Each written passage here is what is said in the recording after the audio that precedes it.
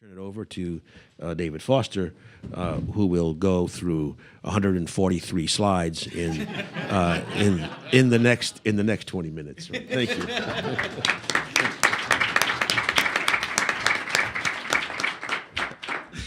Well, I knew you were all thrilled to come to an early morning event, standing room only, to talk about labor force data.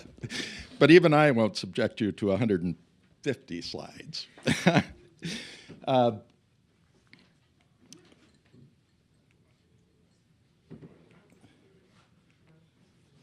Okay. I'm the opposite of there. Got it. There you go. Got it? So I'm going to give you an overview of what happened in 2018 in our 2019 report. But first, I want to make sure I'm not going to give you the lengthy discussion of methodology that we provided you with last year, because we think you are largely convinced that this is a good methodology that provides a good look at the energy snapshot. But nonetheless, just to remind you what this is, it studies employment in the following sectors, as David Terry said. We also define a portion of that, fuels, electric power generation, and transmission, distribution, and storage, as what you might call the traditional energy sector. But don't forget that we include technologies, renewable technologies like solar and wind, as part of the traditional energy sector that's producing and distributing fuels and electricity. And the content, we always want to remind people, is based on an employer survey of 53 different technologies that cross the gamut of energy efficiency, and motor vehicles, spread across 186 different NAICS codes in the industrial classification system. That's about 15%. And we go far beyond just trying to count jobs. We go into all these other subjects, which from the design of the study was really one of the main focuses of it, trying to find out about hiring difficulties, hiring expectations, high demand jobs and skills gaps, trying to understand the demographics of these different energy sectors as the technologies changed, particularly so that we could address equity issues, and finally looked at it from both a national level but down to the actual MSA level and legislative districts for people for whom that's interesting. So let's jump into some of the key takeaways. In 2018, and I apologize for the text being a little small, we added 152,000 new jobs in energy efficiency and the traditional energy sectors. That's the fourth year in a row in which these sectors have outgrown the American economy as a whole. And it's been at a, 2.3% increase in jobs compared to the economy as a whole at 1.8%, so half a percentage point faster. And this has, I think, been one of the most important findings we've found every year, that during a period of this kind of technological change and disruption, that we're really driving the economy. And of course, energy efficiency of these sectors was by far the biggest job producer, once again adding 76,000 new jobs, 275,000 new jobs in the last 3 years alone. So think of that as a really significant contribution to what's going on in the country. In the fuel sector, we saw a real rebound and a change from fuels having declined in 2 years prior, then having held steady, and then this year a leap up of 52,000 new jobs, largely concentrated in oil and natural gas. You will see a slight uptick actually in coal mining jobs. However, on the consumption side, coal generation jobs declined by a very significant 7,000 jobs in 2018. Solar jobs also declined for the second year in a row. Solar lost about 8,000 jobs that were majority-time jobs in the economy, as reported also by the Solar Foundation, which incidentally uses the same data set that we do. It's a collaborative effort. On the other side, though, we saw gas, wind, combined heat and power, and geothermal on the low emission side all increased in jobs during the same period of time. Energy storage was another significant success story. There are now 81,000 jobs in energy storage across all technologies.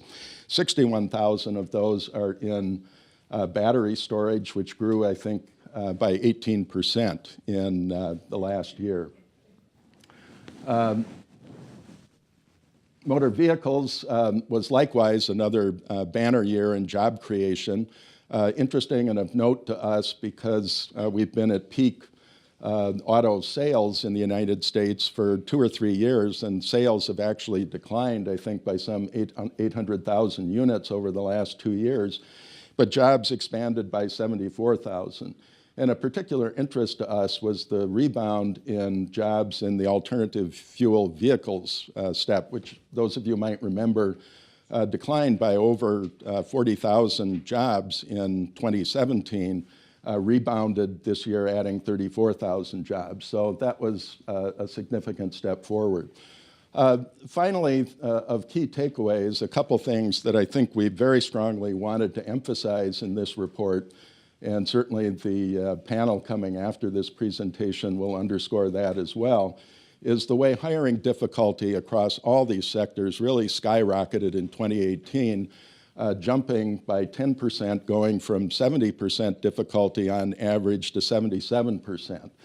And among one particular area, one of the fastest growing sectors in the construction side of energy efficiency, now a majority of employers say it is very difficult to find new employees. So really a barrier to the kind of economic growth that these employers are otherwise predicting, and something that offers both challenge and opportunity if we can figure it out. And finally, growth expectations on average across all these areas is, I think, if I'm straining my eyes to see that, at about 4.8% overall for next year. So still an expectation of solid growth in the years to come. On the right-hand side, something that we added to the report is an effort to show the public how these data sets are being used. And so we try to shine a spotlight on a variety of different users and contributors. This one in particular comes from Alicia Barton, the CEO of the New York State Energy Resource and Development Authority. And she says we're in the middle of a historic transition of the energy sector, and she goes on to talk about how this data is really critical in how they spend and target their workforce development. This particular case, they're putting $70 million over a 5-year period into workforce training around energy efficiency issues. The next slide, you can see year-over-year growth in the 5 sectors we look at. The 4 left ones are the traditional energy sector. The one on the far right is motor vehicles. You'll see a little bit of the up and down cycle on the left among fuels, likewise among electric power generation. 226,000 new jobs if you add up all 5 sectors. I'm not going to go into all of these in great detail, but you can see the actual size of each of these sectors and some of the more recent increases and declines in each one of them. The one I would point out is how electric power generation in total, employment dropped by over 8,000 jobs total, down to 875. Inside that, a lot more going on than just coal and solar. So you can see there were gains in some technologies while there were losses in others. A few of the other changes that we added to this year's report, mention has already been made of the important governor's introduction to the report. I mentioned the spotlights on real-world experience. So in each one of the chapters, we tried to highlight a specific opportunity or activity that was going on that people and employers found of particular importance. We did get 5 new states that joined into the production of the report. And for 4 of those, we will be producing special energy job state reports for the energy offices in those states. 2 new trade associations we welcomed into this production, the Energy Storage Association and the Nuclear Energy Institute. And then we created a number of new chart and data formats that provide crosscuts on both technology and industrial sector profiles for virtually every one of the technologies that we look at, and we'll show you a couple of examples of that. And finally, we created these things we did call crosscuts because we thought we were giving an incomplete picture of specific industries that cut across many of the chapters in our analysis. So we created these. We always had one for electric power generation and fuels so that people could get an adequate sense of job comparisons when you were looking at those generation technologies that use fuels and those that don't.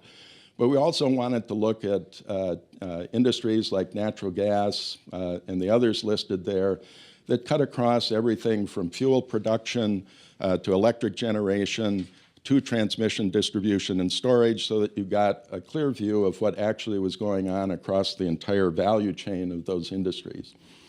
So we'll take a quick look at each of the 5 chapters and some of the key trends that were going on. I'm not going to go through all of these, but we tried to create an easily accessible format in which you could get key statistics that were important and also look at trends around job growth and other key indicators.